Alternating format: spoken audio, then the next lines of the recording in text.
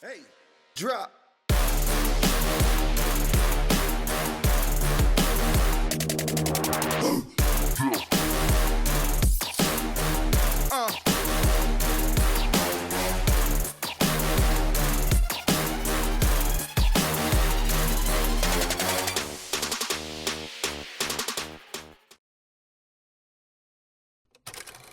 All right, ladies and gentlemen, welcome to episode 14 of the Buchanan County Sports Podcast. I'm here with Chris this week. Tim's had a death in the family and ain't able to join us today, but he's definitely in our thoughts and prayers right now. Can't wait for you to get back, babe. Rodney's out sick. Yeah, and Rodney's out Got sick, the crud. Unfortunately.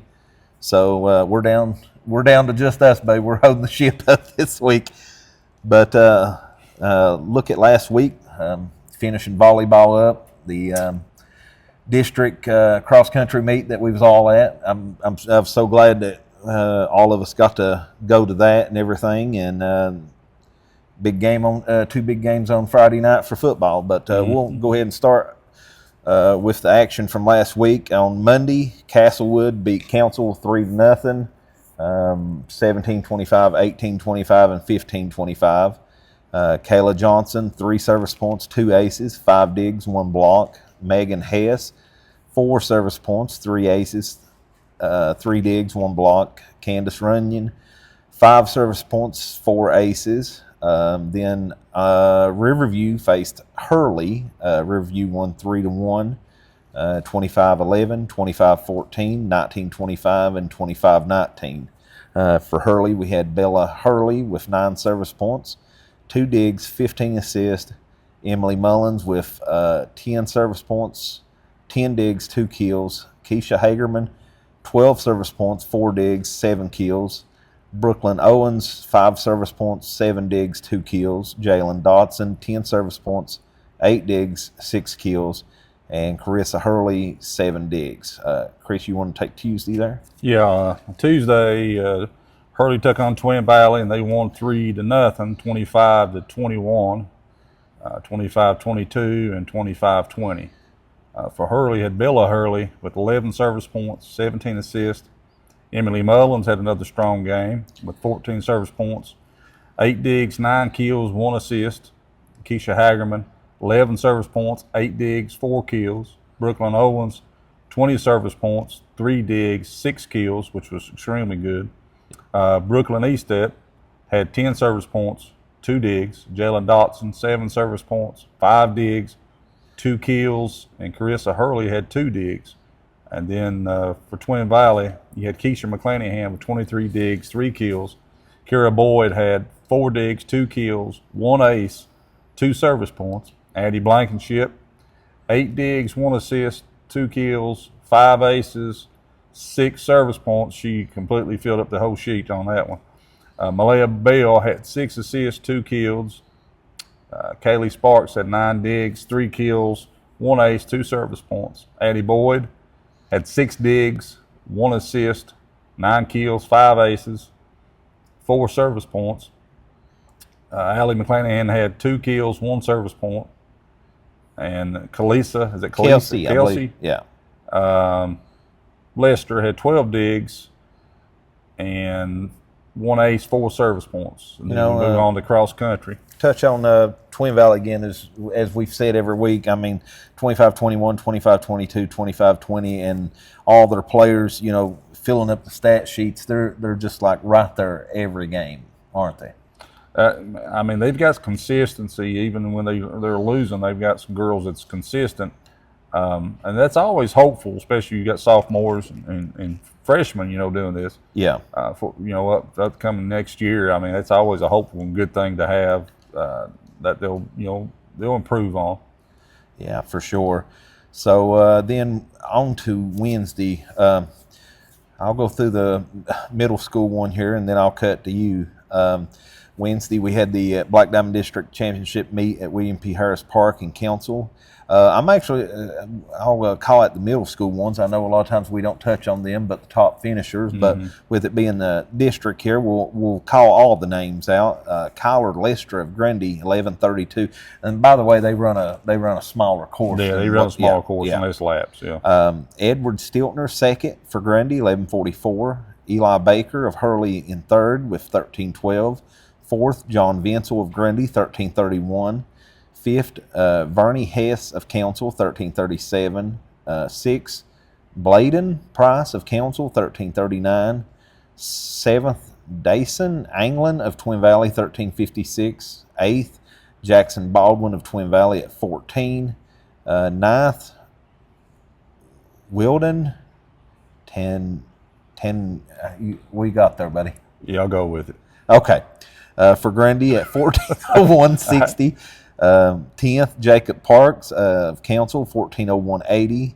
Oh, goodness. 11th, Wesley Same name. Tanu Dodja of Grundy, 14:28. I'm sorry, I can't pronounce that. 12th, Marshall Hess of Council at 16:29. And middle school girls top finisher again, Caitlin Wolford. Man, she I was very impressed. She has literally won every single event. Yeah, I was very impressed watching her run. To be a middle school girl, I talked to her dad Chris and her grandfather Terry, and they were talking about how she lives and breathes it. Wow. Yeah. But 11:54. I mean, that would put her third against the boys. Honestly, Autumn. And then second, Autumn Yates of Grundy, 13:49. So you look at that, she was two minutes ahead of her closest competition there. Third, Madley Rife of Grundy, 14:40. Fourth, Sydney Ball of Council, 16:33. Fifth, Elena Rife of Hurley, 24:48. And Chris, you want to take the varsity boys? Jacob Ray had a really good outing. He had first place with 18:52. Cage Brown from Council had 19:13 for second place. Braden Conaway from Grundy in third place at 21:06. Fourth place was Ethan Deal from Hurley. Fifth place was Wyatt Street from Grundy. Sixth place was Jacob Fields from Grundy. And then seventh place was Jacob Smeltzer? Smeltzer of Grundy. Grundy. And then eighth place was Derek Jackson from Hurley. Ninth place was, that's the same, are they kin? Yes, brother. Jacob and Jesse? Yeah. Jesse Ray of Council. And then 10th place was Daniel Rife of Hurley. 11th place, Ryder Anderson of Grundy. 12th place was Lucas Vance of Grundy. And then 13th was Ben Stevens of Council. 14th, Peyton Sloan of Hurley. 15th place was Cooper Justice of Grundy. And then 16th, rounding it up, was Weston Deal of Grundy. All righty, moving on to the girls here. We got Ella Rasnake in her first race back, finishing in first for Council at 19:58. She was followed by Destiny Armendariz of Grundy at 24:11. Not going to be as good on that one. Veronica, I've heard her first name is Veronica, but still have not heard the pronunciation of the last name for Grundy, 24:26. Fourth, Skylar Baker of Hurley. Well, let's go back. You've got to try it anyway. No. Come on. You got to try that. Salischenko? Yeah, I'm not going to try it. Go ahead. Well, I thought you was going to do as well. No. Fifth, Aaliyah Armendariz. Sixth, Kelly Ratliff. Seventh, Ava Ward of Grundy. Eighth, Ella Robinson of Grundy. Ninth, Emily Lockhart of Hurley. 10th, Reagan Boyd of Grundy. 11th, Allie Compton of Council. 12th, Kyrie Taylor of Twin Valley. 13th, Emma O'Quinn of Grundy. But all in all, let's speak on that for a minute, the cross-country meet. What are your thoughts on that? Like I say, that was my first meet when I went to it, and I was impressed from a lot of standpoint. My biggest thing, my takeaway from that was Tim was really correct on how he talked about how that was so much like a family type atmosphere. Yeah. But then when I started seeing these kids, I mean, they literally, now, they ain't gonna say they wasn't doing it on the backside because I couldn't see the backside. But from the time I could see them round the corner, none of them, I don't care who it was, if they were in first or 13th, they never stopped. They never quit. You know, they stayed their own pace and they just kept grinding it out, and they finished the race. You know, that means a lot. If you're a parent and you come to watch one of those, it's not just okay where your kid finishes at, but it's how he or she finishes strong, and they never stop. They never quit. Did you notice also the concern of athletes and stuff? Like if one runner came through and just kind of collapsed on the ground, dozens of others, even from other schools, you know. They would just like take right to them, and they would check on them. You know, I seen Ella go over and take water to Destiny's sister Aaliyah when she was down and everything. It's really an amazing and humbling thing to watch if you ain't never been to one. And I would definitely tell anybody to try to get out and catch one and root these kids on. It was really good. My wife very thoroughly enjoyed it. Been a while since she's been to one and everything when Lucas ran and everything, but really enjoyed it and enjoyed cheering all the kids on and everything. And we're definitely going to try to make it to Wise next Wednesday. Probably going to be a rainy day, but we'll be there. Bring your tents. Yeah, for sure. Back to the schedule. The very last, before the district tournament starts next week, the very last volleyball game of the season was Thursday. Hurley faced Riverview at Riverview. Riverview won 3-0, 16-25, 14-25. And 21-25, Bella Hurley, 11 service points, 1 dig, 17 assists, and 1 kill. Emily Mullins, 13 service points, 10 digs, 4 kills. Keisha Hagerman, 7 service points, 8 digs, 6 kills. Brooklyn Owens, 6 service points, 7 digs, 5 kills. Carissa Hurley, 2 digs. Brooklyn Estep, 9 service points, 2 digs. Jalen Dodson, 5 service points, 5 digs, 1 kill. On to Friday there, you was watching the Phelps game, wasn't you? Hurley and Phelps. Yeah, I watched it online, but when I've talked to several of the fans, it looked just as bad for the officials in live as it did online. I ain't gonna blame the whole game on the officials. Very, very close game. Came down to the end. Well, the officiating was fairly good throughout the whole ball game, except for the last 6 minutes of the ball game, and you can just tell like the tides have turned from the officiating standpoint. Now Hurley didn't help themselves; they had some huge penalties, personal foul penalties that when Phelps was driving the ball, that went from basically the 15-yard line, just crazy, just not thinking, doing stupid penalties like that can cost you great field position. That they were holding Phelps, and then at that point, it brought Phelps down. They ended up scoring. Phelps ended up scoring off the penalty because it actually went from 1st and 10. It brought them down within the 5-yard line, and then the next, I think it was like 3 plays later, boom, they were in. Yeah. Whereas that they'd been holding them, and like I say, there was some questionable calls, but you can't. I'm not blaming all them on the questionable calls. As an official, we've all seen it. Crunch time happens. A team is. But a team doesn't have timeouts. They're going to have to spike the ball to stop the clock. Yeah. You get the ball put in place as quick as possible. Now, from my vantage point, from where I was watching it online, it did not look like they were in any hurry. And there was a few more questionable calls when it came to ball position. They give them a couple first downs. They actually give them 1 touchdown. That from where I sat at, and like I say, it could have been a bad angle in this particular touchdown, but it sure looked like the kid was about 1.5 yards shy. Yeah. And I ain't gonna say it was or it wasn't.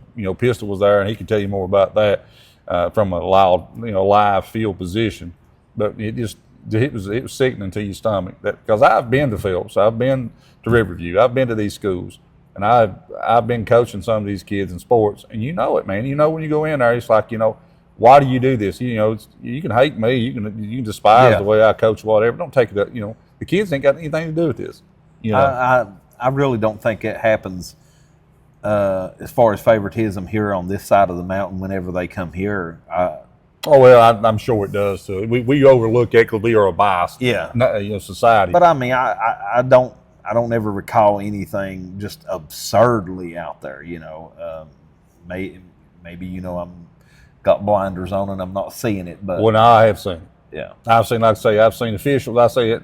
I'm not. When I say officials suck, just like coaches do. I'm not just talking about Alice State. Virginia's got them too. Yeah. When it ain't no different. They can screw over a team just as well as any other referee camp them out of here. It's just sad to see it come down to the last 4 minutes. Hurley should have put it away. They were driving the ball, had a turnover. Got down to what, like 3 yard line or something? Well, that's not the same play. Actually, It was a quarterback mishap. He fumbled the ball. Phelps got it back. Ended up because they would have probably, the way they was driving the ball, would have scored off and that and went up, but by 2 touchdowns, and it would have made it very difficult for Phelps.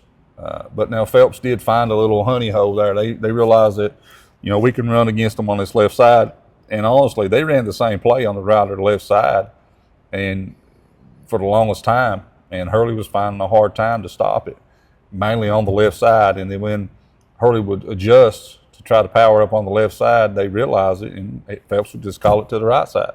Yeah. And they struggled all game with that balance to try to find it, and they had some success on the defensive end.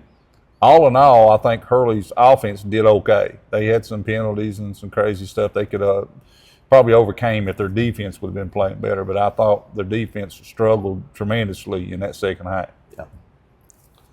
But now, like I say, I'm just watching it from the standpoint of being online, and I was surprised you was even able to watch the Phelps game. I didn't really understand what the issue was in Bradshaw with the Riverview game, but it wasn't even, and it was advertised. It was an ad that the NFHS put out, but yet they advertised the game to be on their network. It was their ad. But I don't think they have cameras on the field. Yeah. They had it playing on that Grundy. Yeah, I don't think I just don't think it was. I don't think they've ever had cameras up there that I can recall. But yeah, it was a game. It was a winnable game. A game that I thought Hurley should have won.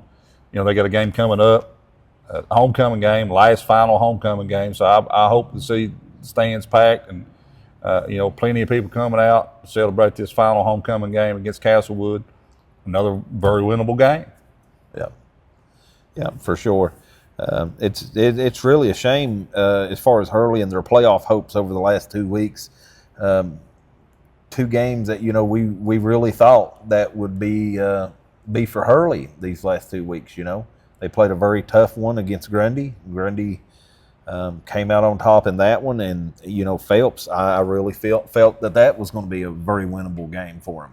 I mean, Hurley's got they got some kids on that team that are coming back next year that I feel like that can be all district, no matter what district they're in. That's playing hard nose, and it's Chase Baker being that one I mentioned earlier that comes to mind, that he's really played. I thought he's been their best, consistently on the line I've seen all year in the games I've watched. Yeah. Now there may be some games that he's not been that I've not seen. We've seen that at Grundy too. Yeah, he's consistently been one of their better that you can count on. And that means a lot. It does, and like I say, especially for a coach and everything. And the coaches, I seen after the ball game, Coach Deal was livid at the way the game ended and how the officials handled the final possession, and rightfully so. Maybe just touch on that for a little bit. Exactly, how the play go and everything. Hurley was down. When they first got down in the red zone, they were around maybe 40-second mark, somewhere around there, 45, 48 seconds, and they drove the ball like that far and got down there and tried to punch it in 2 consecutive. And they actually got down within maybe the 2 or 3 yard line. Like I say, from the camera, Pistol says 2. He's holding up 2 fingers, so they were within the 2 yard line, and their clock was just running down, so they had to jump back on the ball, and they were out of timeouts, and you could see it. There was no hurry in the referee and the official. No urgency to get the ball played for the next play. But now Hurley didn't help them any, because they actually waited until the ball got there before they jumped in there. They should have already been set. That's a young mindset. Kids just not being ready. It's unfortunate, but Zach you could tell after the game he was living, he was questioning. And this is what I think, as an official group, as officials, if there wasn't some kind of a disagreement there, they would have never met at midfield to discuss whether or not time should be put back on the clock. Yeah. All the officials would have been just said, like, no, let's go. There's no need in this. There's no need. They just walked off field. They would have been, in the core together, but they wasn't. There was two of them, obviously, that was saying that I think there's some time that should be on it, and then you can see it in it, and the white hat's like, no, we're done. And that was it. So he called the game. It's unfortunate, like I said. Do I know? Nobody knows whether for sure that one play would have meant Hurley would have punched the ball in. And you just don't know in that instance. And you won't know obviously now. But I just say give the kids the opportunity, in that situation to let it play out. It is what it is at this point. But like I say, Coach Deal did try to take up for his kids, and he met the referees at midfield and said, you could tell he was very adamant. He was animated. I mean, put it that way. You could tell he's angry, and I don't blame him. Unfortunately, we didn't have no stats from that game or whatever. But on to the Grundy game. 100 points combined scored in the game, 56-44. Grundy makes it out of Bradshaw with a win Friday night. I'm not going to say I'm shocked. I'm more surprised that Grundy threw up 56 points in West Virginia. Yeah. Because and I don't know. I should ask Trey this earlier when he was here exactly how many got called back, because usually that's the case. Anytime I've been over there, is that if you bring a good team over there into some of these, it used to be Matewan used to be bad for that. But you take some of these schools that's like that, and kids, they know going into that, hey, we probably going to have a few call back or whatever. I just wonder at 56 points how many of those, if it would have been 66 or whatever. Like we was talking to him earlier, 33 carries. He said that was the most that he's ever carried a ball in a game. He said they did pick out a few things, the holes in the defense. And he said once we figured it out, we just kept running the same play. Yeah, they right and left, they couldn't stop it. Yeah, 363 yards rushing for him, 6 touchdowns. He threw a 70-yard touchdown pass to, what was his name again? Jackson Deal, I think. It was a Deal, but I can't remember the first name. Jackson Deal. But phenomenal game for him. R.J. Rowe also scored, if I remember correctly. Real good performance, staying at it and not dropping, not getting behind and stuff. Like I was telling him, they would be down 2, they'd score, they'd go up 4, and then Riverview would score and they would go up, and it was just back and forth, and it was a real exciting game. I really wish I could have made it over to it, but unfortunately I was on the road Friday night and listening to Rodney on the radio.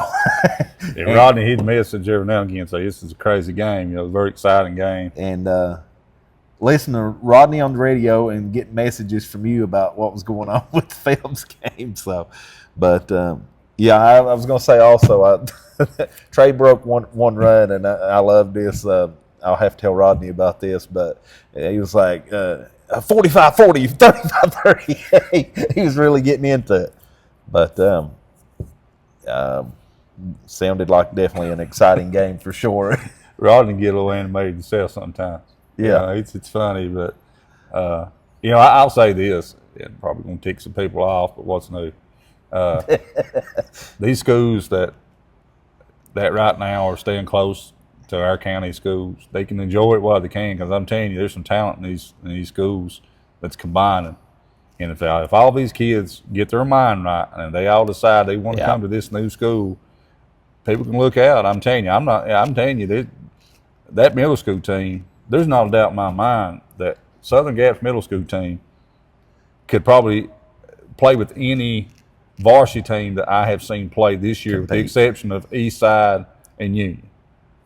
Yeah, they could compete. They would be competing against some teams in this region. And that's not, people say, well, you're crazy. No, I'm telling you, Coach Tester's got them boys playing good. And it's the same mindset. A lot of them kids are coming to this new school. And like I say, if these sophomores and these juniors this year get their mind right and stop listening to some of this nonsense and come to this school, I'm telling you, boys, they can make a difference in how some of these, other outside schools such as Riverviews and New Phelps's and stuff. I remember back years ago when Hurley was getting, some momentum and they started winning several years in a row. Grundy did the same thing, even Twin Valley. You stop getting these teams wanting to play you. You got to, and it's not because you're bad, it's because you're starting getting that good, and people's like, I just don't want to get beat up on. I'm telling you, it's coming. This county is going to start seeing better programs, and it's only because, we're going to get better athletes when you put these schools together. And we've said it time and time again, nobody wants to see our schools closed. No. It's inevitable. It's got to happen. And I hate the place it's at because it's so far out of the way for, Hurley and other some of these other kids. It is what it is. It's there. Let's support it. Let's support these kids and let's get them out there, and hopefully we can get this county back on the right track. Touching back on that middle school team, I got to see a few of the games here near the end of their season, and seeing them out there warming up, and was shocked at how many they were. I mean, he's running almost 30 kids on a middle school team when we're lucky to have 20 on 3 different varsity teams in the county. Yeah, and like I say, some of these kids, it's on this roster. They're on the roster. They don't get a lot of playing time.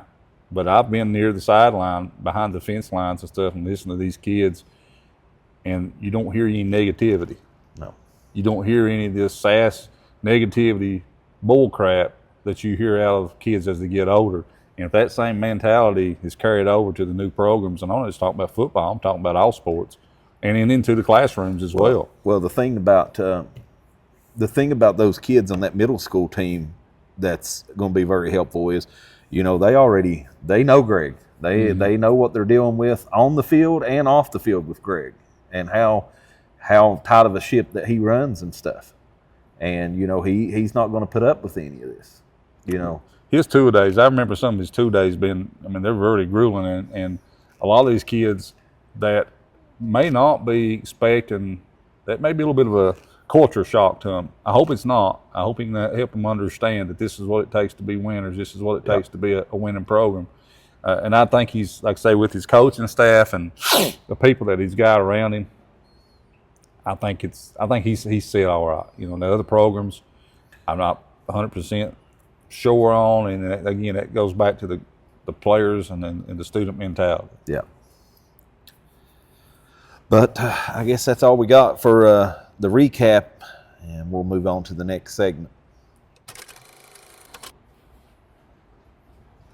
All righty, guys. We're joined here today by this week's Player of the Week, Trey Taylor. Friday night, Trey helped lead the Wave to a 56-44 win over in Bradshaw against Riverview. 33 carries, 363 yards, 6 touchdowns. Also threw for 1 touchdown for 70 yards. Currently, Trey, from my understanding, has 144 carries on the season, 1,546 yards, and 16 touchdowns. Quite a performance Friday night and so far this season. Individually, that is, probably not the results you guys would have hoped for as a team, however. Yeah. Chris? Was that your first time throwing for a touchdown? Yes, it is. It is. That had to feel pretty good. Yeah, we've had it in the playbook for pretty much all season. We've tried it a couple times. It just ain't been there. Yeah. And it just popped up. Yeah, I've seen a lot of those plays where they do a direct snap straight to you. Yeah. And seems to me like you have threw a few, but I don't think you've actually threw a touchdown. Yeah, we ain't really connected on. We've probably connected on a couple. Yeah. We connected on one my junior year, but it wasn't a touchdown. That was my first touchdown pass. Yeah. We couldn't watch it online. They didn't, for whatever reason, they didn't have a camera or whatever over there. So I watched the Hurley game online. But I said it last week. I don't know if you caught the show or not, but I said anytime you go out of state, West Virginia, Kentucky, you've got to be 3 or 4 touchdowns to the better. If you don't sustain that, you're going to have some stuff against you. Yeah. Officiating ain't always kind to Virginia teams when you go in Kentucky. Yeah, there were a couple flags that just shouldn't have been called. There were a couple pass interferences that I thought was good coverage, but they called it. Yeah, I heard Rodney say a few things about a couple plays. I was unfortunately on the road Friday night working, and I was listening to it all on the radio and everything, and sounded like quite an exciting game for sure. Back and forth. It was back and forth all first half.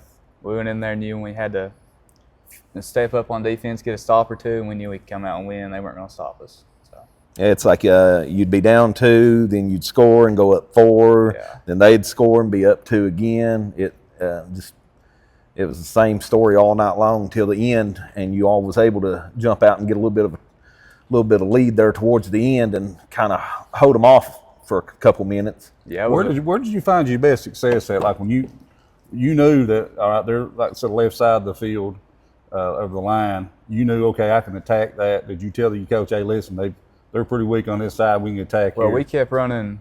We had a 26 lead play, and it was there all night. We probably ran it 15 times, and they just couldn't stop it. It's just either I bounced it inside or bounced it outside. They just kept running man.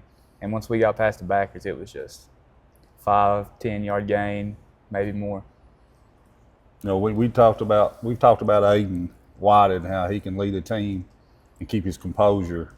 And I don't think I've ever asked you this. I know I have. I don't know if Tim has or not. What is it like? You know, you've played for a few different quarterbacks now. You've played behind the line, you know, in a couple of years with Aiden, you know, being a backup last year and full time this year. But what's it been like playing with him, you know, under center? You know, his composure seems to me like it's like that the whole entire ball game. Yeah, I mean, we knew that he had to step up at the start of the year, and I think he's really stepped up, especially playing with him from week 1 all the way to week 9 or whatever. Yeah. I think he's played a great game. Every game, every week, he's just gotten better as it goes on. That's what we've seen with his maturity level is that of somebody who's actually played at maybe a starting position for 2 or 3 years, not somebody who's just stepped under and say, okay, I can do this. He's been around and stuff, you know. The injury came last year, of course, but he got the chance to, I guess, set under a great quarterback last year in Logan and everything. So I'm sure that helped him tremendously. Yeah. But this 363 yards, I don't know if you realize they've been very few people in our area do that. A couple of the names that comes right off the top of my head. I know Greg had, I think, like 330 some at one time in a game. I know Gabe, I think he ran for like 368 against Twin Valley there one year. Peyton Sykes had the big game against Eastside. I think he was probably there for that one. That was like 384. So, I mean, they've not been very many people get over that 300 mark. Like I said, I didn't get to see your run, but I do know these guys. I remember Greg getting his, you know, and I've seen Brady Justice, all these guys are great runners. Well, you know, I don't care who you're playing against. You get over 300 yards rushing, your tongue's dragging the ground. I'm sure that, you know, yesterday morning you got up, you were feeling the legs sort of feeling a little bit like Jello. Yeah, it was a little sore after the game, but we won. That's all that matters. I mean. That's it. The 33 carries. Have you had quite a workload like that before in a game? I don't think so. I think the most carries I ever had was last year in the playoffs against Honeacre, and I think that was only 20-some. Yeah. So 33 is definitely. 33 is quite a workload there for one night. That's for sure. And of course, the 6 scores. I know we had mentioned the passing touchdown. That was pretty awesome. But 6 rushing touchdowns, is that a career most for you? I'm sure it is. Yeah. At any level, I guess. Yep. Yeah. 6 is the most. Yeah. So was it 15? What was it you said already this year? 16. 16. Yeah. Do you remember what your stats was last year for the season? I think I got 1,900 some all-purpose yards. It's like 31 touchdowns. But yeah. So you're a little under your touchdowns, but yeah. I think he's had a couple receiving touchdowns this year, haven't you? Yeah, I think I've had 1, 2, maybe 3. Yeah, I'm not sure. Really. Couple. But definitely an impressive game. Chris, you got any questions or anything for me? No. I just appreciate you coming, and just want to wish you, congratulations. Yeah, unfortunately, Tim had a death in the family, and he's not with us today. And usually he has a long line of questions and everything lined up and stuff. But we really appreciate you coming, and congratulations on being the player of the week this week. Thank you. Who do y'all play next week? Central. Central. We play Central week 10. We got a bye this week. Yeah, bye this week. Very winnable game for y'all. So yeah. Good luck, and hope to see you back here, bud. Thank you for sure. Thank you, man. All righty, guys. We're joined here today by Ella Rasnake, the Buchanan County Sports Player of the Week. The Ella Rasnake. Yeah, it's like the rock, ain't it? Yeah. Council Senior Ella Rasnake competed in her first cross-country meet of the year last week. Ella showed no rust in her first meet, as she would finish first with the girls' course record. That's what your mom told me that is. Time at 19:58 would win the district for apparently the third time. Is that correct? So, what did it mean to be back on the course there? I know we talked some after the event there, but just give us your thoughts and stuff. I was just so blessed to be able to actually compete, It'd been a good little bit since I've been able to, so, I was just so blessed to actually be able to run. Quite a journey and everything. I know I was so excited and everything. I got home, I immediately was like, I'm trying to remember the names because Tim knows them, and he has told us about these different girls and stuff, a lot of them from East Side. And I'm like, okay, Cumberland probably ran today. So I looked up theirs, and I'm looking at these girls, and there's like 6 girls in the top 7, and they're all from East Side.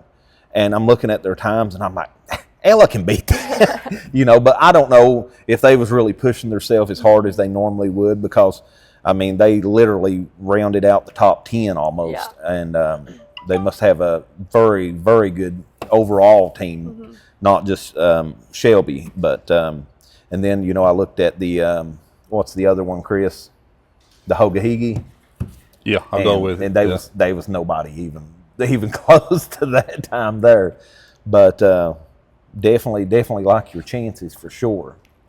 I was telling the wife, I was like, at 19:58, it's like an excellent time, And it was something standing there watching. I don't know if you've seen the video I posted, but you could hear your dad going, "Come on, push through." And I got the picture right at the end. You could see as you crossed and everything. 19:58. It was. What did you think coming up through there and seeing that time? I think you mentioned something about it when you finally seen it. Yeah, at first I didn't. I thought it would be close to a sub 20, but I honestly didn't think I'd get it. That course is really hard, but once I could actually see my time, I was like, hey, I'm pretty close. Yeah. I really had to kick it in. Lord, I figured surely God she knows she's going to be under 20. I mean, no offense to any of the other girls, but we was like, she's going to lap these girls, didn't we, Chris? Well, actually, I said this, and I started keeping it after the first lap.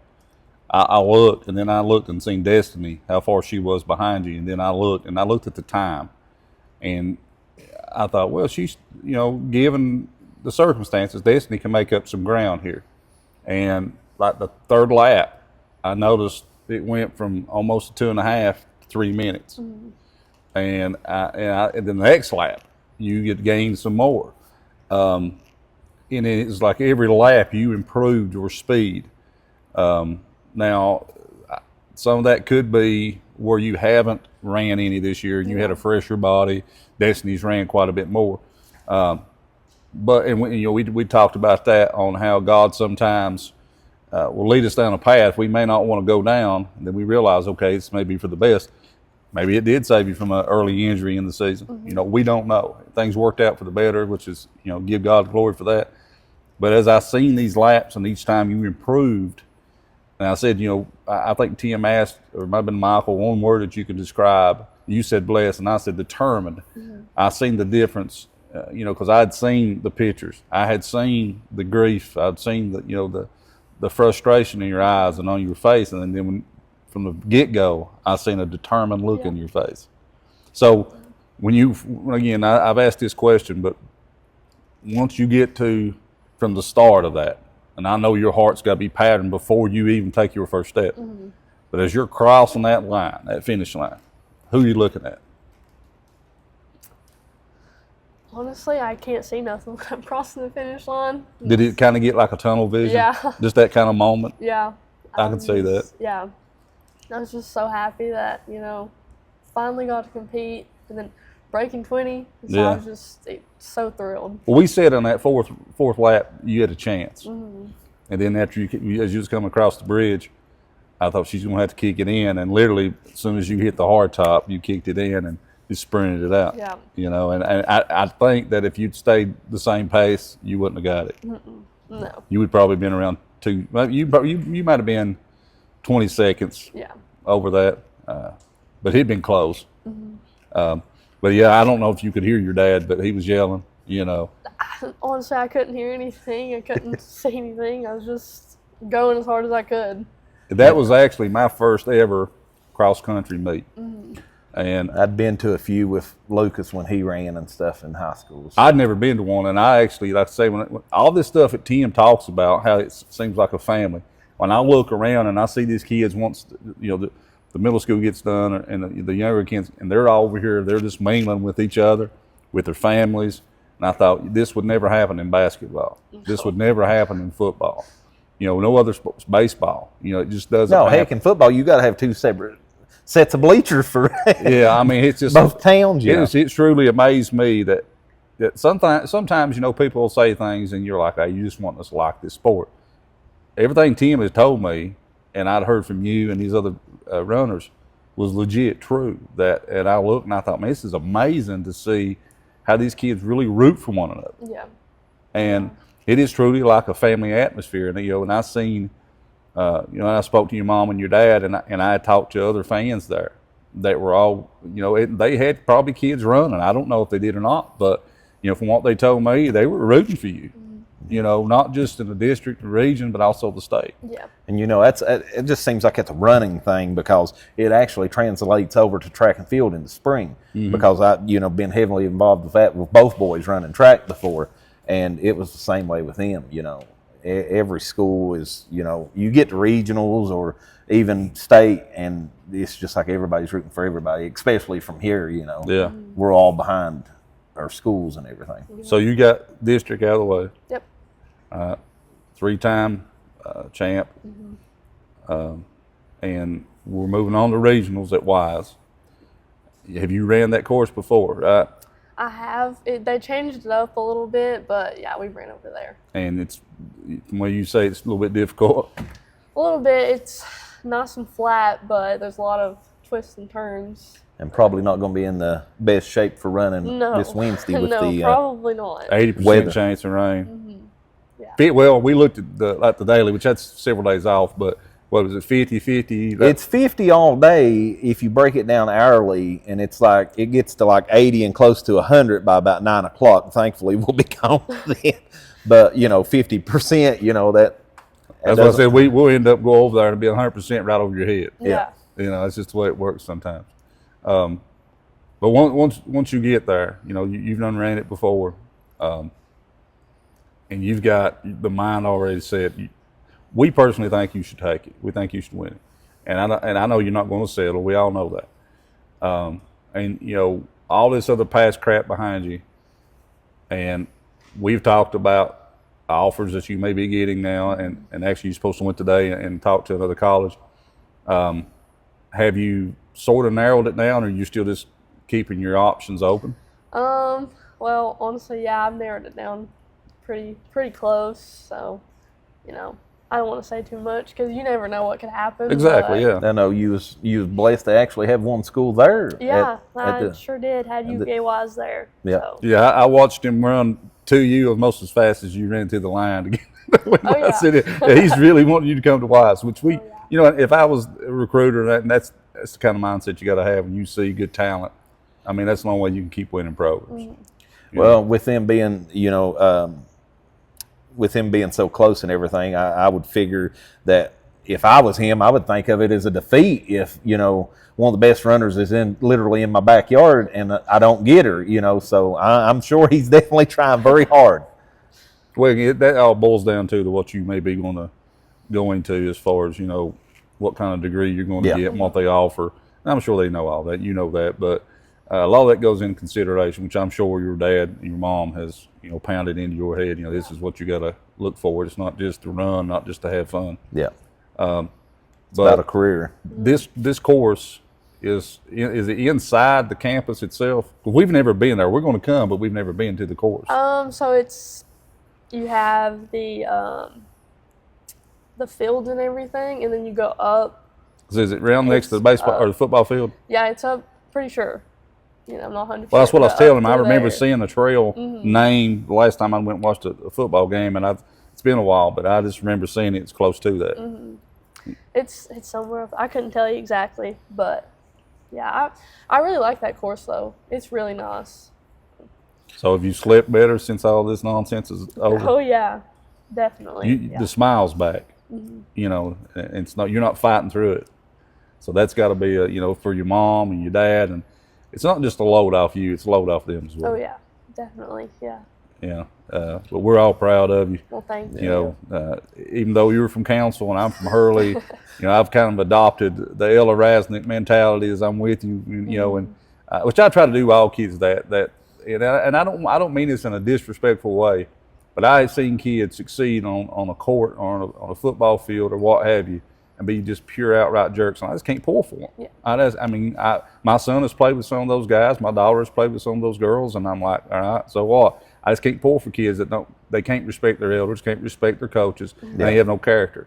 You've got all that. You've got all that, and that's what I really admire about not just you, but your mom and dad and how they've raised you. And I've tried to raise my kids like the same mentality. Sometimes it took, sometimes it didn't. And that's probably goes back to a lot of that. They've got some of their mom and a lot of me. So they're hard-headed. That's something I think any college recruiter would be glad to hear there, as far as being such a well-rounded, it's not just like a great athlete, but got a cocky attitude and is all about themselves and everything, and, just a well-rounded individual overall. Yeah, that's what I've said, and I've watched you play. It didn't matter what sport it is. If you don't play to win, while you're out there, you're going to have that edge when you come onto a basketball floor, or like I say, when you run, or whatever it is, whatever player it is. If you don't have that drive, that competitive drive to want to win, why do it? I don't care how athletic you are, and I'm not saying you have to do it with arrogance. It goes back to the old Michael Jordan mentality. A lot of people would say, he was so arrogant how he handled this, but he took maybe to the extreme to where that he wanted to win for any cost. And that's where you kind of separate the character in some people. Yeah. And I'm a huge Michael Jordan fan. I loved his game. His character is a different story. But with you, your game lines up with your character. It's how you carry yourself on and off the floor and the courts that I think that these recruiters should look at the most. And if they look at your classroom, they see as well that, what are you, 4.0, or you're out there on top of your class. And it wouldn't matter if that was a class of 150 students. I still think you'd be in the top 10, simply because you've got that mentality. Well, thank you. So coming Wednesday, preparation Tuesday night, you're going to have the jitters. Do you have like a certain food that, I remember back years ago when I worked at the IGA store and I was just getting out of high school, and there was a guy who still played basketball. And literally before every basketball game, his mom would come in and get chicken. And I said, well, what do you get chicken for? Like every time. She said, that's all David will eat. And I don't know if you remember David Stacy or not, his mom, she would come and get it literally. And that was his routine. If he didn't have chicken, in his mind, he was going to have a horrible game. And, and that's just what he stuck with. And she said he has a routine. And she told me what his routine was. She said, but he won't even start his routine if he finds out I don't have chicken to fry. So I'm not saying you have to eat fried chicken. That kind of goes right in with a question that Tim normally asks about any superstitions, like a ritual or routine that before a big game or a big race. Well, have to have pasta. Have to have pasta before a race. Usually it don't matter what kind, but some kind of pasta. And then I have to have gummies. Some kind of gummies, I have to have them.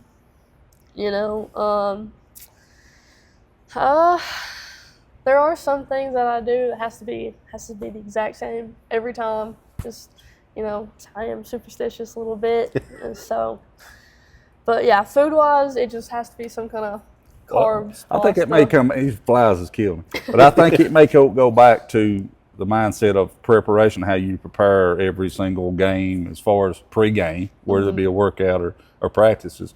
You don't like changing those because it's what works. Yeah. Same thing with game day situation.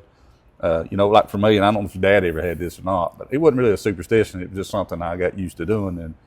maybe it's something that really calmed me a little bit, whatever. And it was Skittles. That was my thing. Was I always carried around a bag of Skittles, and I remember I actually had forgot my Skittles one time. We played the team, and we ended up going in overtime getting beat. And one of the girls said, if you had your Skittles, we would won. And the next game, they all brought me a pack of Skittles. So, not that it made much of a difference. I can't remember, but I just remember that happening. But I just thought, that some kids are superstitious, and you obviously just said that you've got these routines that you do. Does your mom and dad have a routine that they do? We get up early in the morning. This is what we got to do for Ella to. I don't know, honestly. I don't know. They go and buy me gummy worms before because I have to have them. So. Well, that might be their superstition. Yeah. They make sure you got what you need or what you want. Yeah. So yeah. Oh yeah. But you've got great parents. Knowed your dad for years, knowed your mom for a long time, and I can't say enough good things about them and how they've supported you. You've got a very supporting cast around you. You're going to have it come regional, meet Lord willing, and and I'll say this, guys, if there's anybody out there listening, if this thing starts pouring down the rain, move this. Don't let these kids stand out in the rain and have to run this crap. Move it to a better day, a Saturday or whenever it is. Use some common sense. Yeah. I definitely don't want to stand in the rain. Just saying. But I will. Which we're going to have 2 tents up, thankfully. So yeah.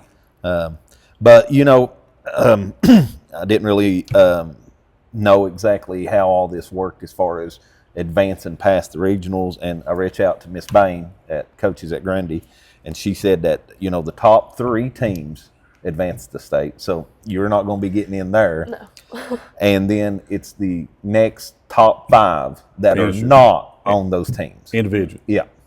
It'll be the top 5 finishers that are not part of any of the 3 teams that are advancing.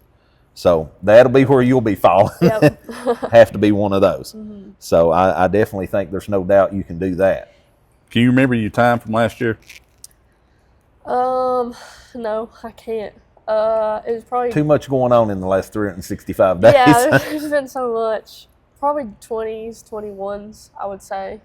So I don't. Yeah. I have no clue. So definitely. But still, what you ran the other day, of course, was the course record. And when I talked to some of your runners, barring you got a crazy wind, some kids said, I don't mind it, like it better, whatever. But as far as the temperature goes, I thought the temperature was pretty good. Oh, yeah. Now, if you It actually got better. He got warmed up just a little bit, which the sun came out a little bit and stayed out longer. But looking at the weather forecast, let's say you got 50-degree weather, which I don't think you will have. 50 degrees with the sun out, it's a lot different than 50 degrees with the pouring rain. Yeah. And, you've got to get your body ready for that just in case. I'm sure you're drinking your vitamin C and all that stuff, trying to get your body ready for that. But just looking forward, and I know that you're going to have a little bit of jitters to want to hurry up and get out there. But don't, I'm sure you, like I say, I know your dad's preached this to you. Don't get too far ahead that you stop preparing. Yeah. So, it's kind of like, let it pass a little bit, take you a deep breath. I think you'll be fine. Yeah, I'm ready. I'm ready for it.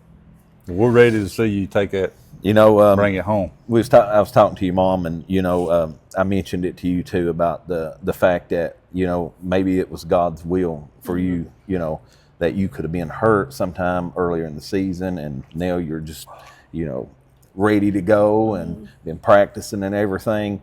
And that made me think of a story I came home and told my wife one day about, circumstances just like that, when God places you in a different place that maybe you shouldn't be, but then afterwards you look back at it and realize, oh my God, that was for the best. I deliver medical equipment for a living, and unfortunately, a lot of times I'm having to go in and pick up this equipment in homes where people has lost somebody.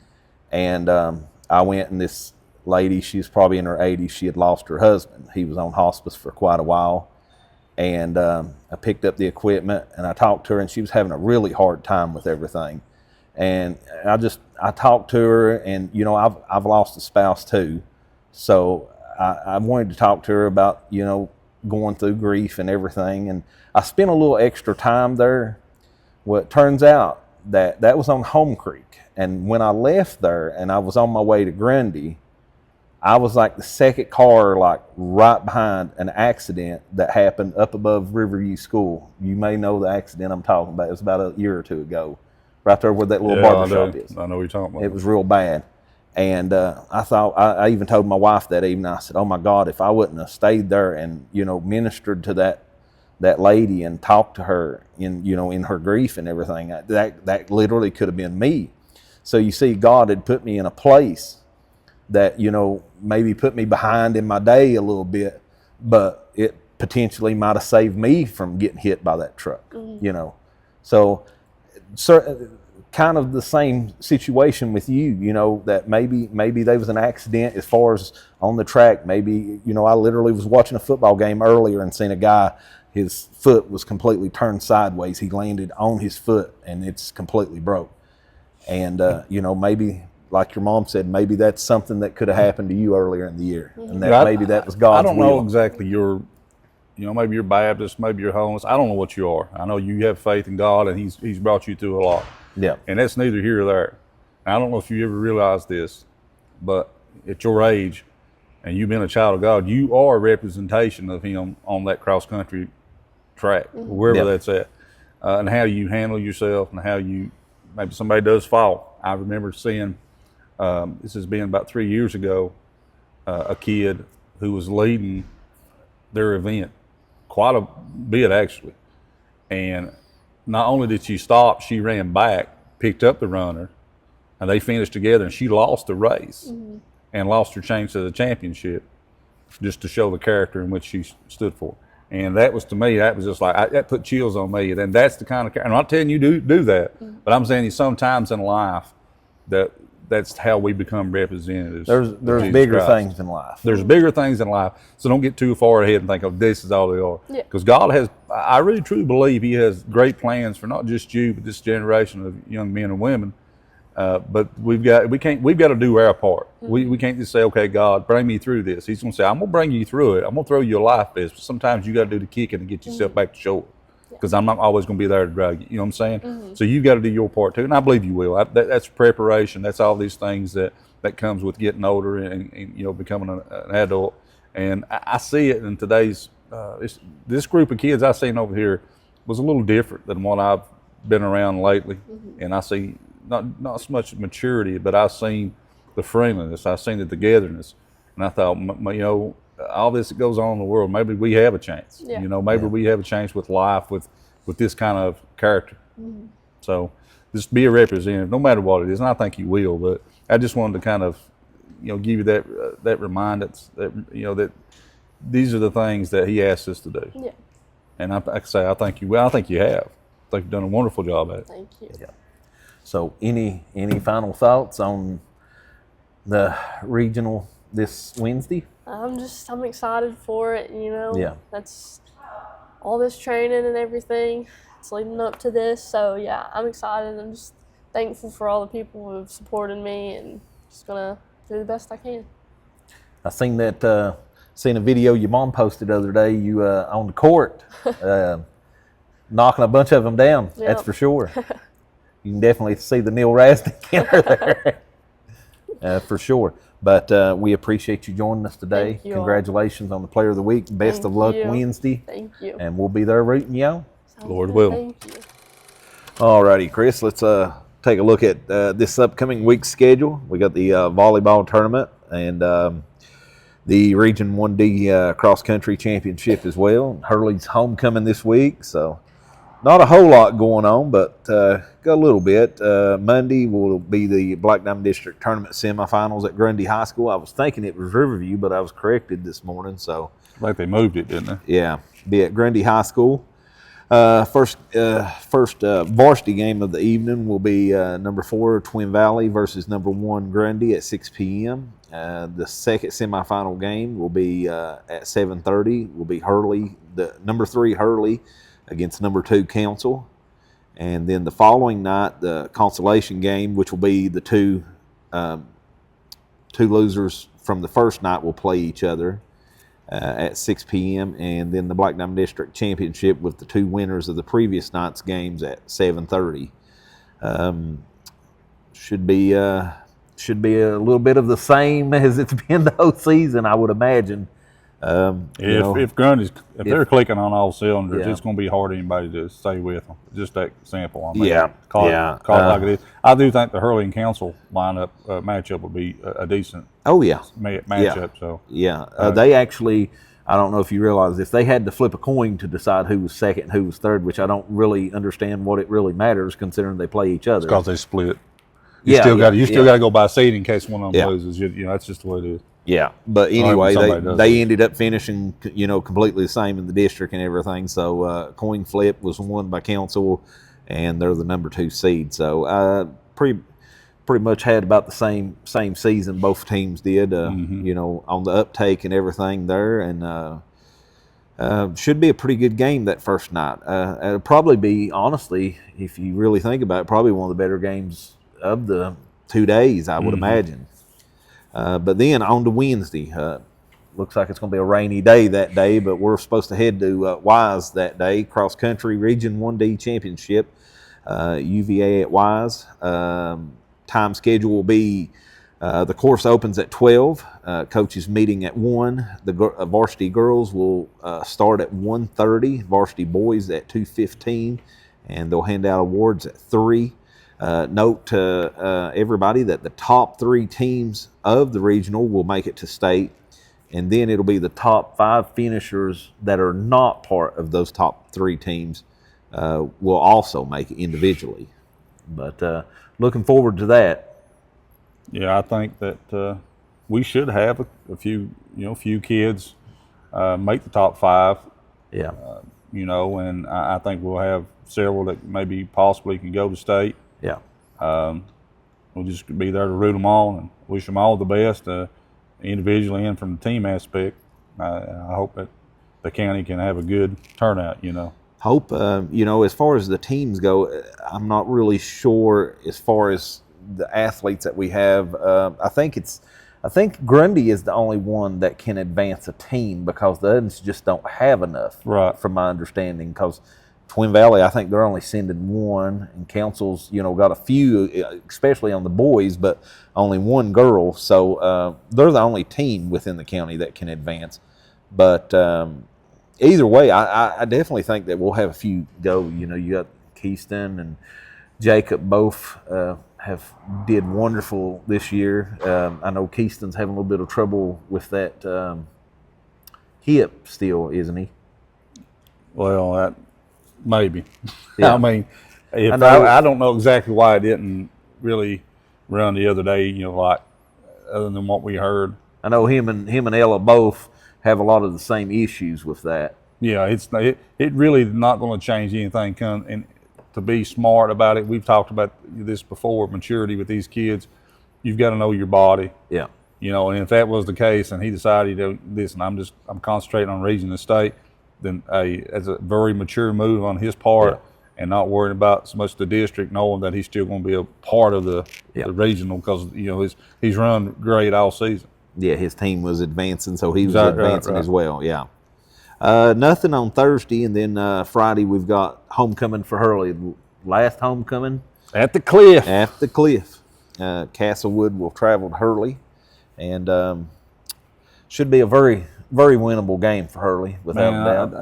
I'd love to see the stands just packed for one last homecoming there for these kids, and make it a very memorable time for them, and get them a W. And I look out and I seen this year, I've seen some of their older faces, the old heads as they call them, come back and kind of pay their respects and stuff. But let's make it this homecoming. Let's make it about the kids. Let's come out. Let's show the support, and just get behind them and hopefully get them a win. But should be a big crowd. Usually homecoming is. I don't know in recent years if it has been, but a lot of times people will plan reunions also around homecoming. I know Grundy is very big for that. I know the year my 20-year reunion, we all met at the football game as well. So there might be some of that going on. Who knows? Twin Valley also that night will be traveling to Bland be their second game of the year with Bland. The first one was fairly close, if I remember. Mm-hmm. They probably played one. They played one of their better games offensively against Bland. That's for sure. I wish them the best. Twin Valley, they're due a win. Yeah. Yeah. So I hope they go out there and get them one. They can, bring back a W to the county, and Coach Krieger can, feel good that he's put the preparation in. The kids have, they've done their part and got them a W, and they can, kind of get the morale back a little bit right here toward the end of the season.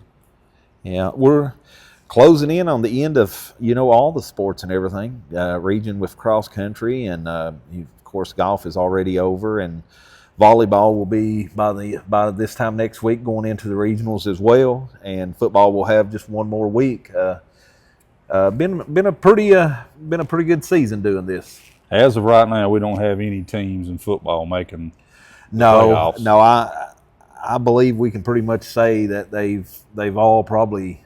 I mean, I don't know. They might be like an outside chance still for Hurley. There's an outside, but there's a lot of stuff that's got to happen mathematically for that to take place. I've not seen those ratings, but I mean, I don't really think there's. Of course, there's a lot on them as far as winning, but they've got to be a whole lot of other things happen, I would imagine, which I've not seen the standings recently. But they can win the next two ball games. They still finish at 5-5. Yeah.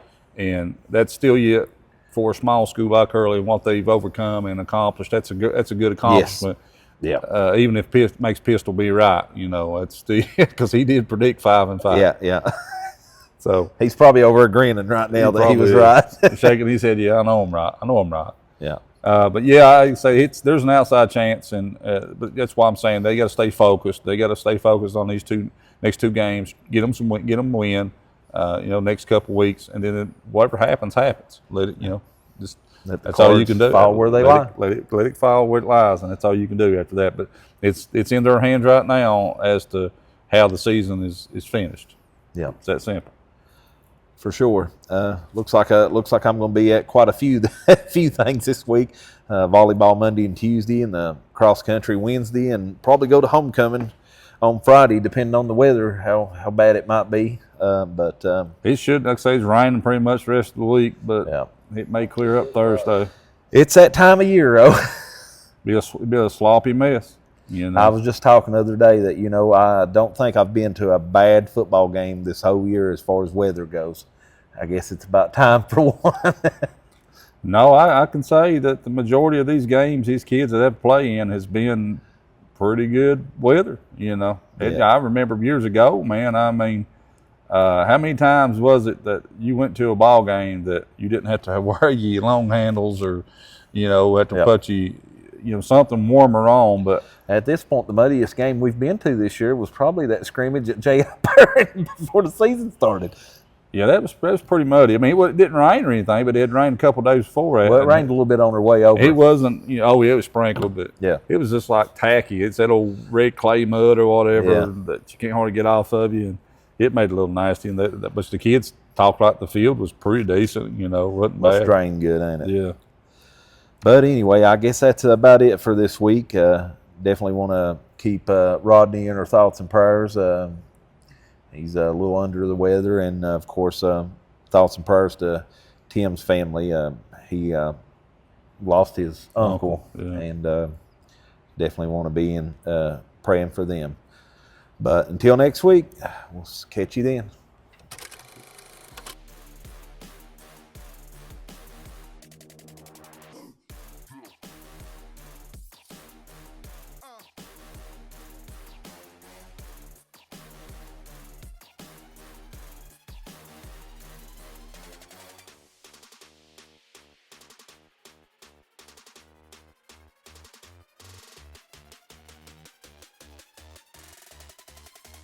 Yeah, hey,